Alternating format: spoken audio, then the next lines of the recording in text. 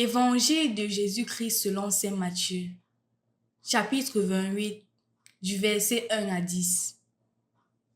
Après le sabbat, à l'heure où commençait à poindre le premier jour de la semaine, Marie-Madeleine et l'autre Marie vinrent pour regarder le sépulcre. Et voilà qu'il y eut un grand tremblement de terre. L'ange du Seigneur descendit du ciel, vint rouler la pierre et s'assit dessus. Il avait l'aspect de l'éclair et son vêtement était blanc comme neige. Les gardes, dans la crainte qu'ils éprouvèrent, se mirent à trembler et devinrent comme morts. L'ange prit la parole et dit aux femmes: Vous, soyez sans crainte. Je sais que vous cherchez Jésus le crucifié. Il n'est pas ici, car il est ressuscité comme il avait dit. Venez voir l'endroit où il reposait. Puis, vite, allez dire à ses disciples: il est ressuscité d'entre les morts, et voici qu'il vous précède en Galilée. Là, vous le verrez. Voilà ce que j'avais à vous dire. Vite, elles quittèrent le tombeau, remplies à la fois de crainte et d'une grande joie, et elles coururent porter la nouvelle à ses disciples.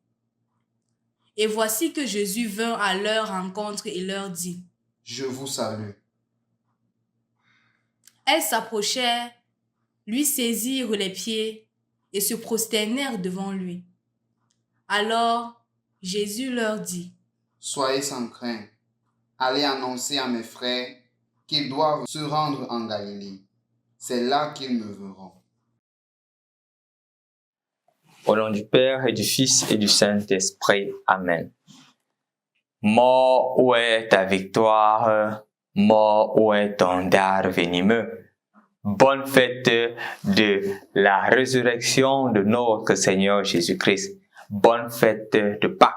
Et si ce n'est pas une Pâques sans S, c'est une Pâques avec S. La première Pâques sans S était la libération du peuple juif de l'Égypte en terre promise. Cette seconde Pâques, c'est justement la libération du peuple par Dieu lui-même à travers sa mort et sa résurrection pour nous donner la vie. En effet, chers frères et sœurs dans le Christ, nous avons écouté ou nous allons écouter en ce jour 9 lectures en fait. La première lecture qui commence avec la création. Et comment est-ce que Dieu crée l'humanité? Comment est-ce que Dieu crée l'univers visible et invisible comme nous le disons dans le credo? Et on conclut lorsque Dieu crée l'homme qu'il vit que cela a été très bon. Les autres créations, on dit qu'il vit que cela a été bon. Mais au niveau de l'homme, il vit que cela a été très bon. Pourquoi? Parce que l'homme est créé à l'image et à la ressemblance de Dieu.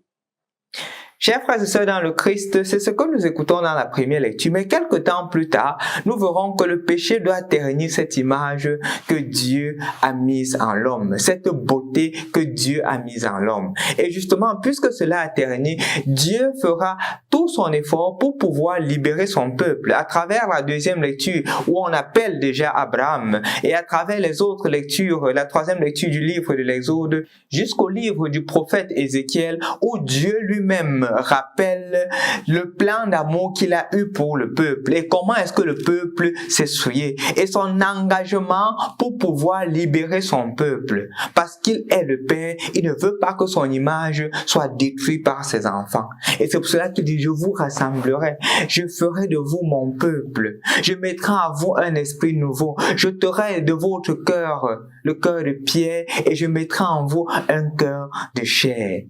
Et vous suivrez ma parole. C'est le plan d'amour que le Seigneur a eu pour son peuple. Et ce plan d'amour, en effet, s'est manifesté aujourd'hui. C'est pour cela qu'après cette 7e lecture, qu'est-ce qui se passe?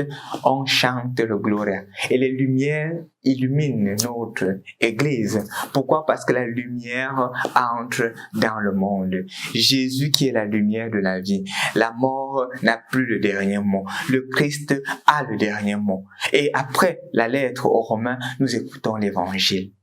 L'évangile davantage qui nous fait comprendre comment est-ce que Dieu nous aime, comment est-ce que Dieu s'est manifesté et nous fait davantage comprendre comment est-ce que ce temps de carême depuis le mercredi jusqu'à ce jour a tout son sens. Pourquoi? Parce que depuis le temps de carême, rappelons-nous, il y avait 3 piliers. La prière, le jeûne et le monde. On prie pour qui? Pour notre relation avec Dieu, pour notre relation avec nous-mêmes. Mais d'abord, la prière, c'est approfondir la relation avec Dieu. Le jeûne, c'est approfondir notre relation avec nous-mêmes. Et le monde, c'est approfondir notre relation avec autrui. Et justement, c'était pourquoi? Pour aider la couche la plus faible, pour aider ceux qui sont en difficulté en vue d'avancer tous ensemble vers le salut du Christ. Aujourd'hui, remarque-le, Jésus ressuscité se manifeste à qui? Aux femmes. Et non seulement aux femmes, il se manifeste aux femmes à travers des signes comme le tremblement de terre, comme nous l'avons écouté. Et non seulement le tremblement de terre, un signe très marquant, le fait que l'ange vienne déplacer la pierre et que l'ange soit au-dessus de la pierre. Pourquoi cela est marquant, chers frères et sœurs dans le Christ? Remarque une chose très importante. La pierre, c'était un bloc très lourd, au point où une seule personne ne pouvait pas déplacer cette pierre-là. Elle était très lourde. De ce fait, quand Jésus est dans le tombeau, la pierre couvre l'entrée au point où Jésus ne puisse pas sortir. La lumière ne puisse pas entrer dans le tombeau.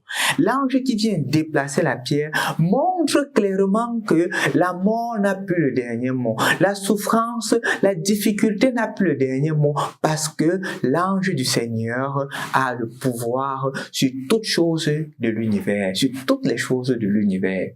Et donc, mon frère, ma sœur, cela te permet de comprendre aujourd'hui que, avec la résurrection de notre Seigneur Jésus-Christ, l'ange du Seigneur, lui aussi, vient s'asseoir sur toutes les pierres qui empêchent que la lumière du Christ vienne entrer dans ta vie. L'ange du Seigneur s'assoit dessus et montre qu'il a le pouvoir, qu'il a le dessus.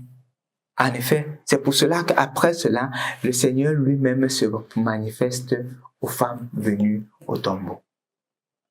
Je voudrais aujourd'hui, en peu de mots, te faire comprendre que, quelle que soit la difficulté que tu traverses, la résurrection de notre Seigneur Jésus-Christ est la preuve palpable, la preuve indisputable que le Seigneur est au-dessus de la mort.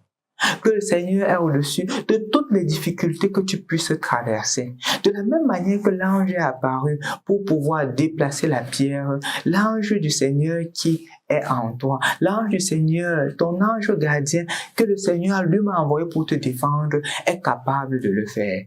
Et comment cela se fait? Quand tu le laisses agir. Toute la vie de Jésus était une vie attachée à Dieu. Que ta vie aussi soit attachée à Dieu. Que cette résurrection soit aussi un signe palpable à travers lequel tu te rendes davantage compte que rien n'est impossible à Dieu. Et que Dieu vient aussi dans ta vie pour illuminer. Il n'y a plus de zone d'ombre. Il n'y a plus d'endroit dans ta vie où tu puisses dire que le Seigneur ne peut pas arriver ici. J'ai trop péché. Le Seigneur te dit qu'il n'y a plus. Parce que lui, il est mort pour toi. Et en mourant pour toi le vendredi, aujourd'hui, il ressuscite pour te dire que rien n'est impossible à Dieu. Même pas la mort n'a pu l'arrêter. Et donc, en entrant dans cette fête de Pâques, rends-toi compte que le Seigneur t'aime. Il t'aime au-dessus de tout, au-delà de tout entendement. Et tout ce qu'il te demande, c'est de croire. Cette résurrection, c'est une affaire de foi. Rationnellement, nous ne pouvons pas le comprendre. Mais avec la foi, on le comprend mieux. Entre dans ce cheminement et bonne fête de Pâques. Au nom du Père et du Fils et du Saint-Esprit. Amen. La famille Mission Jeune vous souhaite joyeux Pâques.